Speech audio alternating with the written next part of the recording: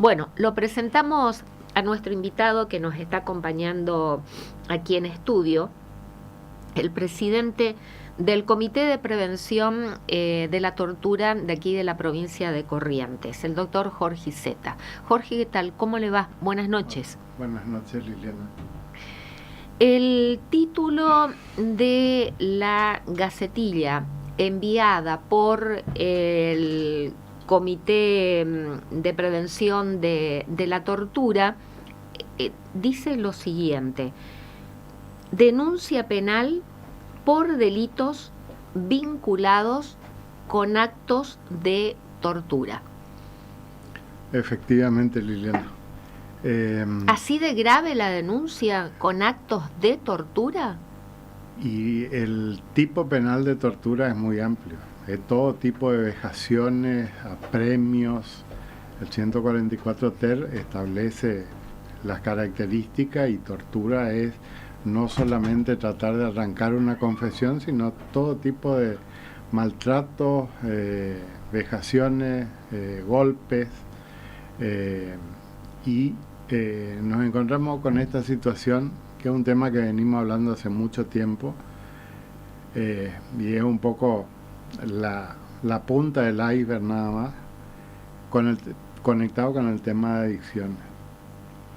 El día jueves, haciendo aproximadamente las 23 horas, se realiza un procedimiento por personal de la comisaría segunda de esta ciudad en el cementerio San Juan Bautista por una presunta denuncia de personal del cementerio de que habían personas que habían ingresado al predio.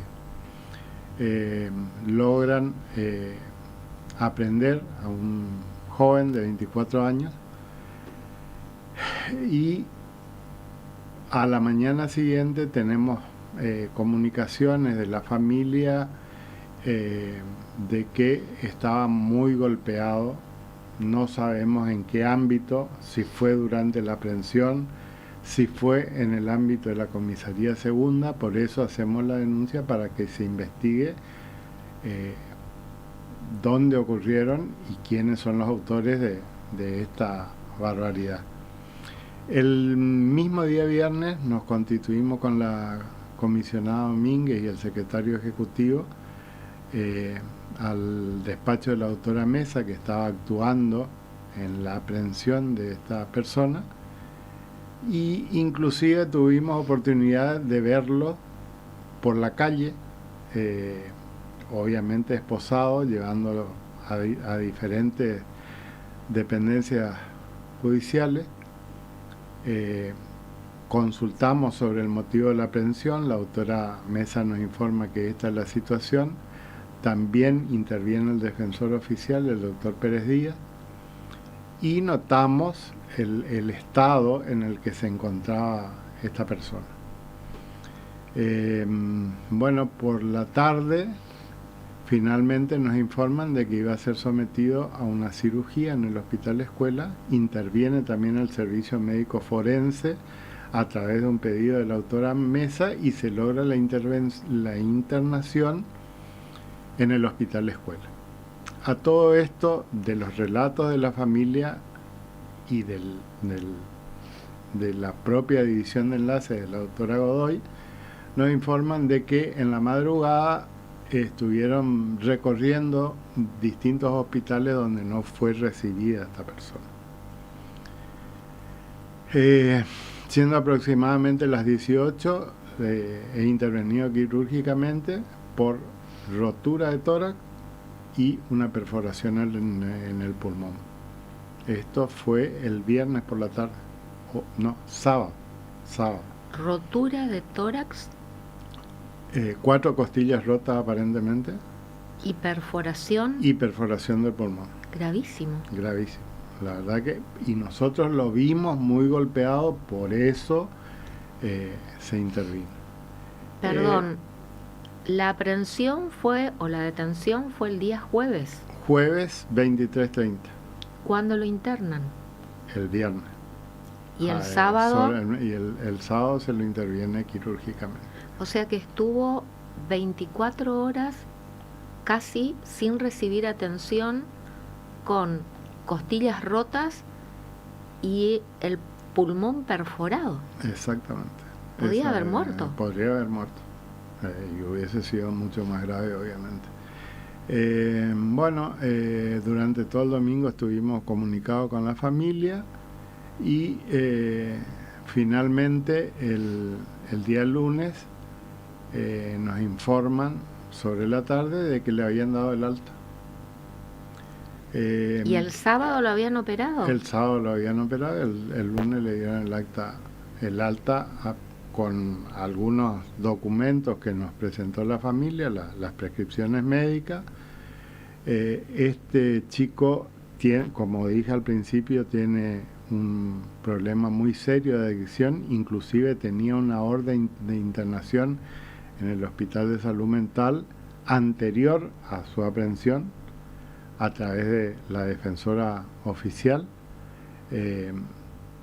y la idea y lo que se había conversado con el área legal del hospital era de que del hospital escuela fuera directamente derivado al Hospital de Salud Mental para cumplir con este oficio que tenía la madre de la internación por el tema de adicciones. Ante esta circunstancia, la madre pierde totalmente contacto, no llega a la casa. Él estaba con el hermano, se retiró del hospital escuela con el hermano porque le dan el alta. Y esa noche se comunica la madre con nosotros, nos informan esto y que no aparece por ningún lado. Nos preocupa mucho al comité y nos comunicamos con la OFIJU para interponer un habeas corpus para que la detención no se convierta en otra golpiza, porque ya había hablado y se decide interponer un habeas corpus esa misma madrugada, el comité, 1 de la mañana, el comité. La OFIJU es la oficina judicial. Exactamente. Remitimos aproximadamente a la 1 de la mañana, la doctora González Cabaña interviene jueza de garantías. Jueza de garantías, rápidamente pide todos los informes y yo creo que eso motivó de que esta persona no fuera prendida, pero aparte él está en situación de calle, generalmente pasa por la casa a retirar la comida, y se piden todas las órdenes de dónde está ordenada la detención, si fue habido en algún lugar, y así pasa todo el día martes, hasta que la madre nos comunica, y el martes, ante esta circunstancia, a primera hora, nosotros ya teníamos la denuncia hecha el día lunes en realidad, pero como él estaba en el hospital, no era de urgencia. El día martes a primera hora se presenta la denuncia, que está bajo la investigación del fiscal Machado, UFIC número 5, la Unidad fiscal número 5. También nos comunicamos con el doctor Machado, pudimos avisarle de que esta persona fue hallada por la mamá y comunicado a la policía. También nos comunicamos con el subsecretario de Seguridad de Los Santos García, que rápidamente se puso a disposición garantizando que no hubiese ningún tipo de exceso en la aprehensión, y que se ha trasladado al hospital escuela, donde en el día de ayer nuevamente lo reciben, es atendido en urgencia, le hacen los estudios y aproximadamente a las 3 de la tarde le dan el alta nuevamente. ¿Y cómo está de salud con semejante cirugía? Y Por lo menos pudimos conseguir que a través de la Secretaría de Derechos Humanos se le brindaran los medicamentos, porque ni siquiera le habían dado los medicamentos, imagínate, antibióticos como mínimo, con una operación de ese tipo. ¿Tuvo hemorragia interna? No.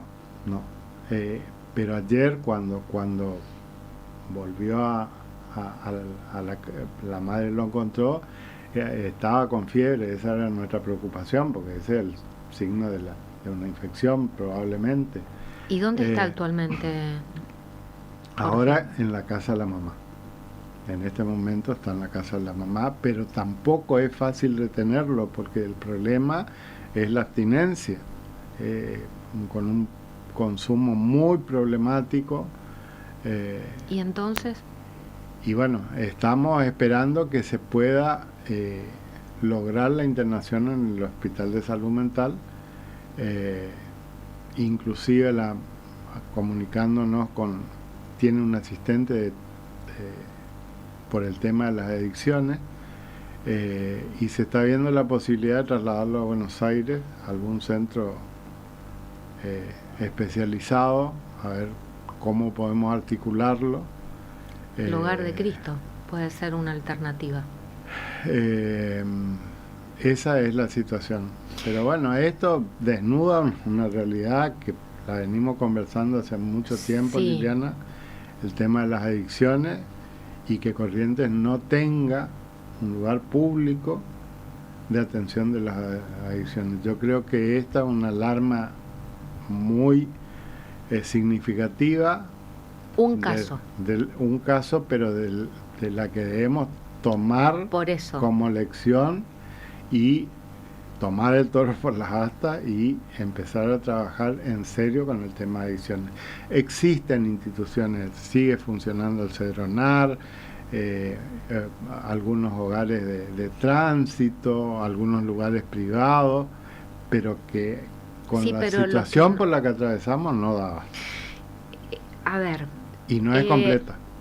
No es la primera vez que hablamos de la problemática de adicciones, de jóvenes en una situación de vulnerabilidad social, económica y de salud mental por la problemática de adicciones, relacionado con violencia institucional, que cometen algún hecho delictivo, un hurto, por ejemplo, que se produce la denuncia, en este caso de personal del cementerio, estamos hablando del cementerio San Juan Bautista.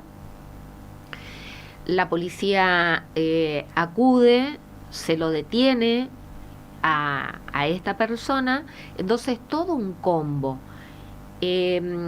Policías que tienen que tratar con, en un caso de un hecho delictivo, aprender a una persona con problemas de adicciones, entonces ahí se produce violencia institucional, el uso indebido de la fuerza, porque probablemente, esto es una cosa que estoy diciendo, probablemente, imaginándome, se resistió a la aprehensión, uso indebido de la fuerza por parte de los efectivos policiales, falta de preparación por la falta de preparación de cómo actuar ante una situación semejante, es decir, cómo contener una situación de esa naturaleza, reducirlo de una manera que no tengan que utilizar la fuerza, reprimirlo y ocasionar lo que le ocasionaron a este joven.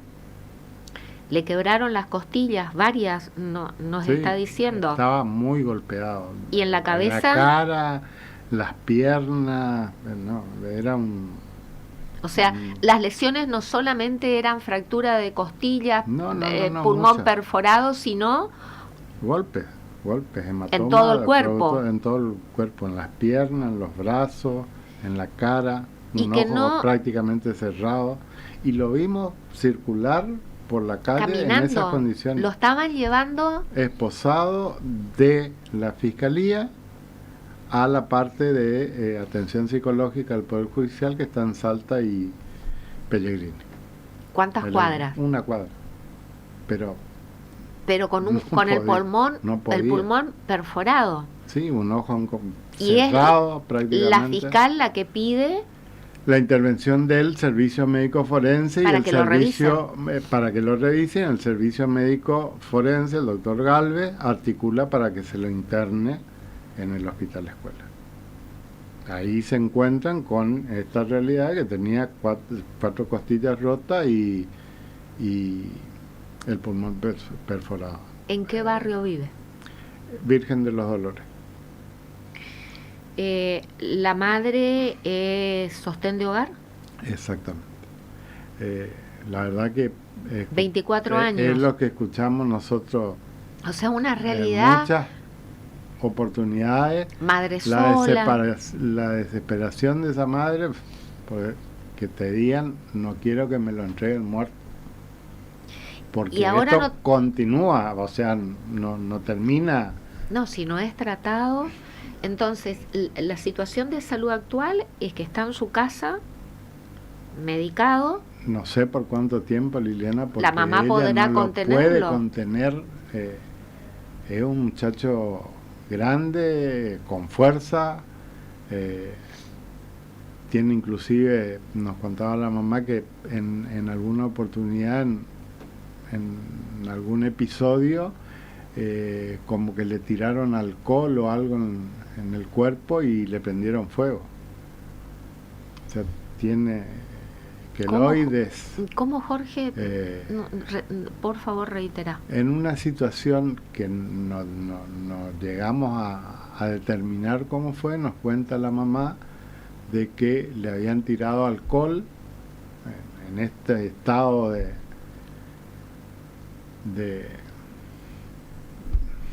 exceso de sustancias, de consumo. Aparentemente le habían tirado alcohol y tiene algunos queloides en el rostro, en el brazo. ¿Y le prendieron fuego? Sí, no se saben si le prendieron, se prendió, se durmió y prendió un cigarrillo y estaba, no se sabe, pero tiene esa secuela. Y esta mamá así todo solicitó ayuda y tenía una orden judicial para que este joven, su hijo, fuera tratado en el Hospital de Salud Mental San Francisco de Asís. Y antes de que se concrete la internación, que se ejecute, digamos. O sea, ella pide ayuda a la justicia. Pasa este hecho, lo aprenden y bueno, termina aprendió la fiscal. Esa misma mañana que nosotros hablamos, no convirtió la aprehensión en detención, ordenó la libertad porque es un hecho que permite que continúe en libertad pero la verdad que uno por ahí no sabe qué actitud tomar si no está mejor con una orden de detención en el hospital, o nosotros pedimos la libertad porque en su momento no le dejaban entrar a la madre porque él estaba prendido en esas 72 horas. Es complejo, es complejo realmente. Qué complejo. ¿Y la denuncia? La verdad que la articulación en esta oportunidad con la justicia, tanto la fiscal Mesa como el doctor Machado, como el habeas corpus, obviamente terminó siendo rechazado porque se produjo el hallazgo y obviamente no pasó lo que nosotros temíamos, que la aprehensión fuera violenta nuevamente, pero cumplió el objetivo de poner en aviso a la justicia. Ya le digo, la doctora González Cabaña actuó rápidamente, habrán sido las 2 de la mañana cuando terminamos de mandar los escritos y articular todo. La verdad que como que el nuevo código está funcionando en ese sentido, en cuanto a la celeridad de la actuación de la No, y cuando tenemos también una magistrada, en este caso como Josefina González Cabaña, y cuando tenemos también fiscales y funcionarios judiciales que realmente cumplen comprometidamente con su función, ¿no? Sí. Con el cargo que ejercen. pero la denuncia, ¿contra quién fue articulada? Indeterminada, porque no sabemos cómo fue la circunstancia de esta golpiza. O sea, nosotros sabemos que estuvo detenido por la comisaría por segunda. Personal policial. No tenemos la certeza, Liliana. Ah, perdón, porque yo hablé de violencia institucional, entonces no saben si esas lesiones fueron ocasionadas producto de represión policial. Hay otra versión de que supuestamente en el intento de escapar, pero, o sea, lo que nosotros vimos es producto de golpe. O sea, no podemos afirmar quién es el personal, no tenemos determinado, ya pedimos los libros de guardia, qué organismos qué dependencias policiales intervinieron, porque por ahí actúa la comisaría segunda, pero tiene el apoyo de los grupos especiales. No tenemos determinado. Lo único, tenemos una foto que circuló por los medios, él tirado en la caja del en la parte de atrás del móvil policial de la camioneta, con un efectivo policial, que no podemos afirmar que haya sido él el que lo haya golpeado. Pero a ver, para poner en contexto y no hacer una crónica y un relato errado de los hechos, las fracturas de costilla, la perforación del pulmón, el ojo que no podía abrir, los golpes en la cara, en la cabeza, en todo el cuerpo. El deambular por los hospitales y que nadie lo quiere recibir. No, pero los autores, aunque no tengamos individualizado con nombre y apellido, digo, los autores de esa golpiza, ¿fue personal policial? No tenemos la certeza, Lidia.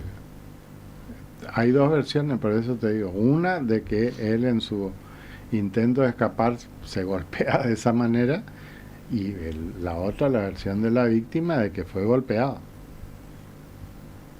Estuvo en la comisaría segunda, eso tenemos la certeza, que estuvo aprendido en ese lugar, porque eso le comunican a la doctora Mesa, y también tenemos un informe de que lo llevaron al Campaña, que lo llevaron al ¿Y por qué no lo Hospital recibieron? Llano, y porque tenemos ese problema, Liliana, de que por ahí los hospitales son reticentes a recibir a las personas privadas de libertad, y más con un problema de salud mental evidente.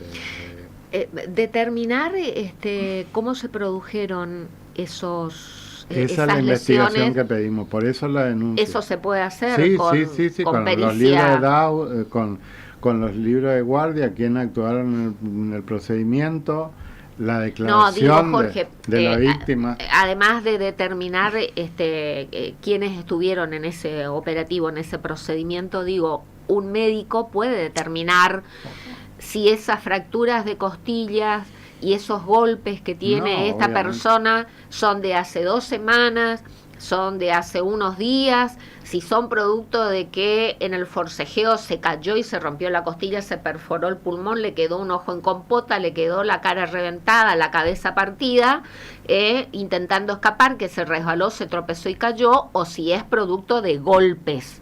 Y si de golpe de puño o golpes con algún tipo de objeto. Sí. Eso pericialmente se puede determinar. Sí.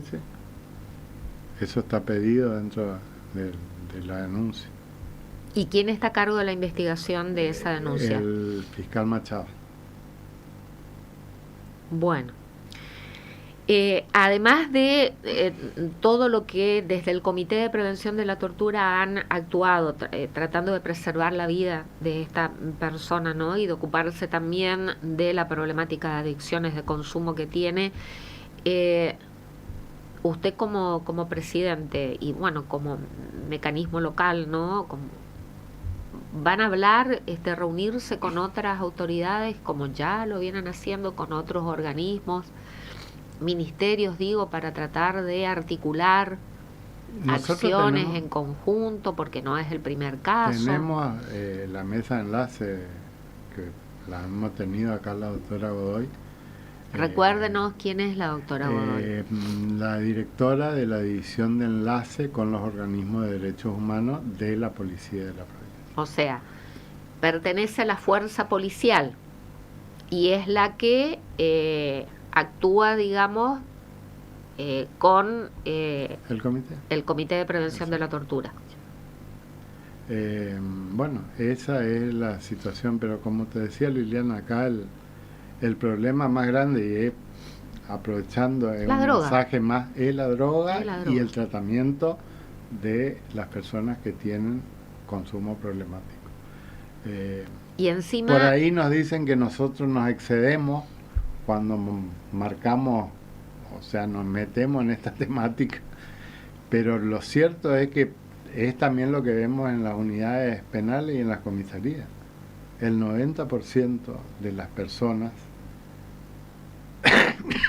que se encuentran detenidas tienen consumo problemático, y el 90% de los delitos que se investigan es producto del consumo problemático. Entonces, por ahí tendríamos que empezar. Deberíamos empezar por no eso. Es un problema de seguridad, no es un problema de cárcel, no es un problema de la ley penal, es un problema de salud, sí, de salud mental. Y que atraviesa toda la sociedad, todos los estadios, todos tenemos conocidos. Claro, pero siempre jóvenes pobres, exacto, de barrios periféricos, sí, de barrios...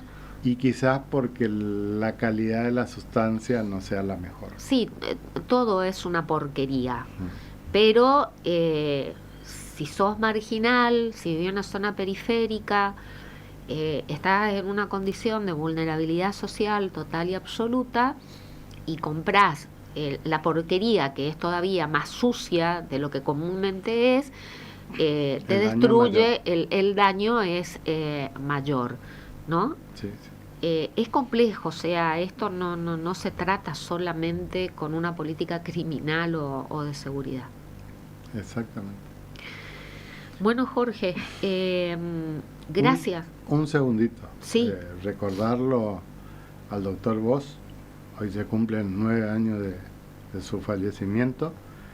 Y bueno, en el comité de corriente existe un poquito porque, como yo dije al momento de asumir la presidencia, este loco se cruzó el charco y los contagió al doctor Leguizamón,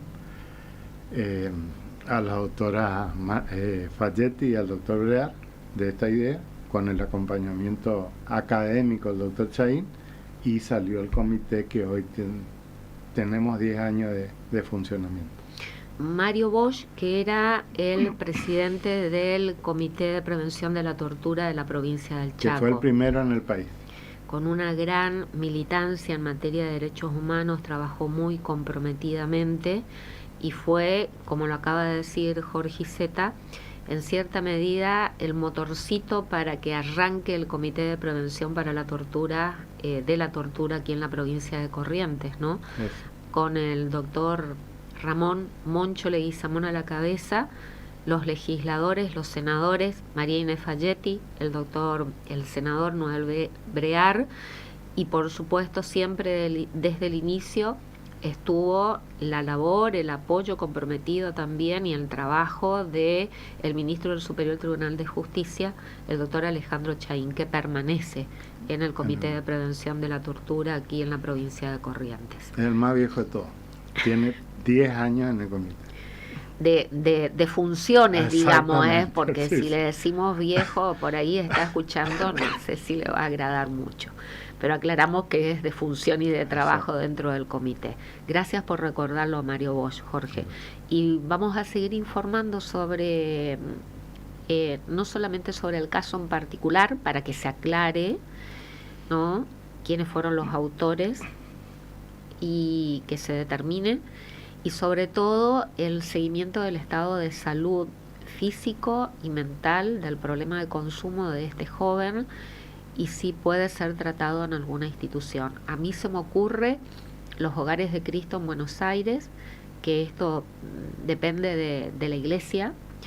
El movimiento dentro de la Iglesia Católica lo dirige el padre Pepe, José María Di Paola, y ya hay más de 100 jóvenes correntinos tratándose en los Hogares de Cristo en Buenos Aires, así que puede haber un lugar más y se puede articular, lo digo al aire, perdón, pero se puede articular con el arzobispo de Corrientes, Monseñor Larregain, que está trabajando también comprometidamente con esta causa, o con el padre Mario Lescano, que viene trabajando en la problemática desde hace años, también más de una década, y que fue también el motorcito para que Corrientes tenga su primer hogar de Cristo, el espacio físico que está en el barrio Serantes, que fue inaugurado hace poco tiempo.